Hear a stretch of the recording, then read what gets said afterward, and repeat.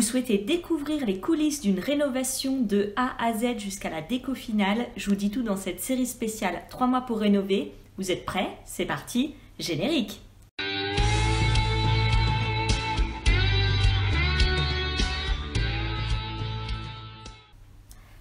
Hello à tous, moi c'est Caroline et je vous souhaite la bienvenue sur ma chaîne YouTube Respire et Décor.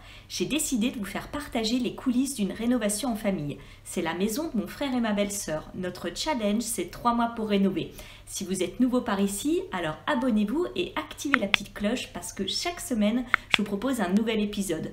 Vous pourrez suivre l'avancée des travaux, mais aussi découvrir des conseils, des astuces, des tutos. Bref, je vous partagerai un maximum de choses qui pourront vous être utiles pour votre projet à vous. Alors dans cet épisode, nous allons commencer une petite série sur les murs, les cloisons et la pose du placo. Alors dans cette maison, certaines cloisons ont été démolies et reconstruites, donc pose de placo classique. Dans le prochain épisode, je vous dévoilerai d'ailleurs toutes nos astuces placo en compagnie des hommes de la famille. Ensuite, certains murs et cloisons en plâtre sont conservés tels quels. Donc je vous dévoilerai un petit peu plus tard les produits que j'ai utilisés pour faire les enduits avec un système que j'ai testé et qui est vraiment au top. Et du coup, j'en viens au sujet de cette vidéo. Comment coller du placo? Alors, c'est mon frère Romain qui s'y colle, c'est le cas de le dire. Et restez bien jusqu'à la fin de la vidéo, puisque je vous dévoilerai le nom de la chaîne YouTube que nous suivons et qui nous apporte toujours des solutions à nos questions. Préparation plus collage des plaques de placo, je vous montre tout.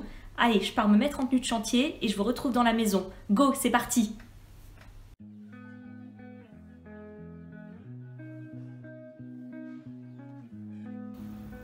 Alors donc là à l'étage le placo a démarré et puis donc on retrouve Romain qui est en train de dessiner sur le mur. Alors non, sérieusement Romain, tu peux nous expliquer ce que tu es en train de faire?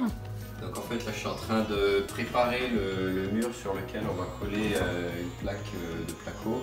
Et le problème qu'on a, c'est que ce sont des murs en plâtre et le plâtre étant un support poreux, la colle habituel qu'on utilise, donc le MAP en l'occurrence, n'adhère pas sur ce type de support, donc il faut préparer le mur pour que la colle qu'on va mettre entre la plaque et le mur puisse bien adhérer sur le mur. Donc en fait j'ai creusé pour retirer donc la couche de plâtre qui recouvrait la brique pour retomber sur le support dur, le fond en brique, sur lequel pour le coup là le MAP va adhérer. Ok. Et donc j'ai bien gratté là où je vais disposer mes plots de colle par la suite. Et puis comme on avait également du primaire d'accroche, ben j'en badigeonne un petit peu à chaque endroit également pour être sûr qu'on ait une bonne adhérence du MAP sur le support quand on viendra disposer la plaque. Ok, et bah super.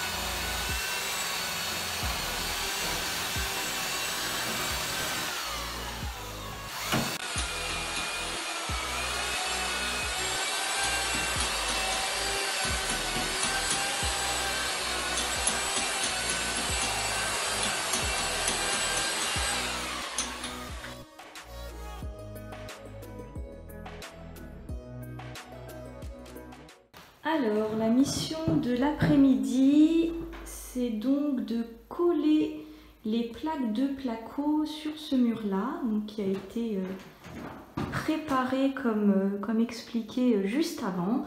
Et donc du coup, là, toutes les plaques en fait ont été découpées, voilà.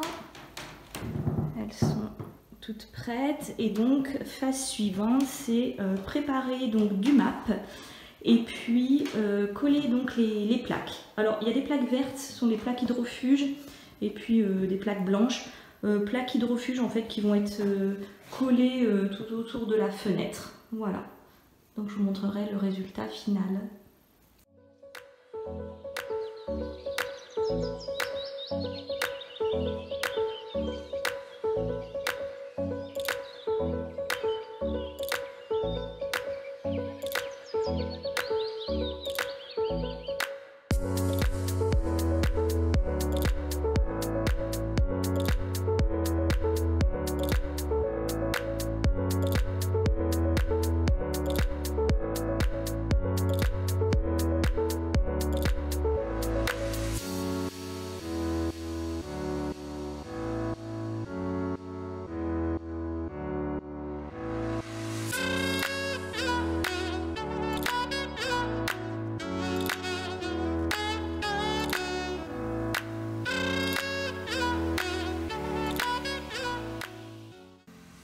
Alors, petite précision, en fait, là, on est plutôt content d'avoir fini de coller toutes ces plaques parce que, du coup, il y a eu un petit peu de retard, en fait, parce que Romain, du coup, s'est blessé sur le chantier il y a quelques semaines. Il s'est blessé à la main et, du coup, on l'a emmené à Urgence Main à Dijon et il a fait un petit séjour au bloc opératoire et puis il va nous raconter avec quoi il s'est blessé et du coup ce qu'il conseille.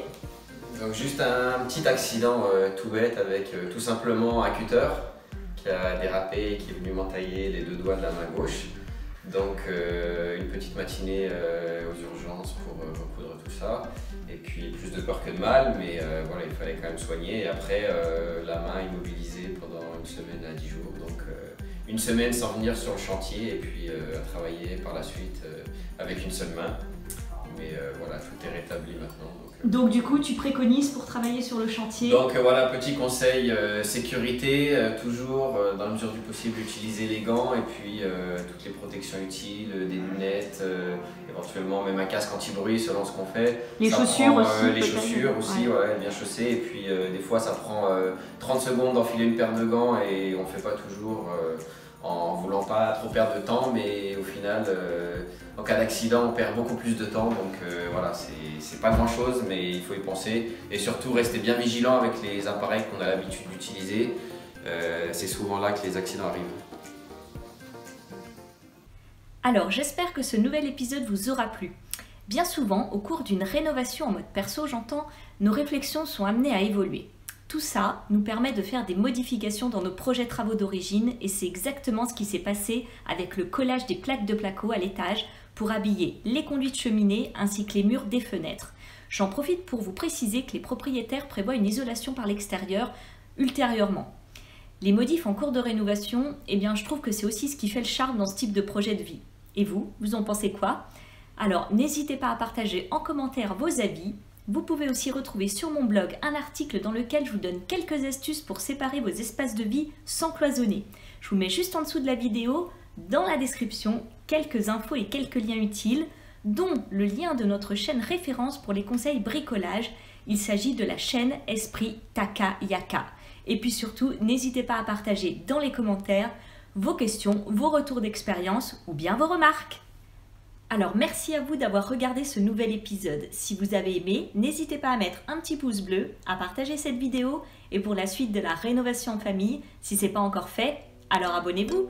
Allez, ciao ciao!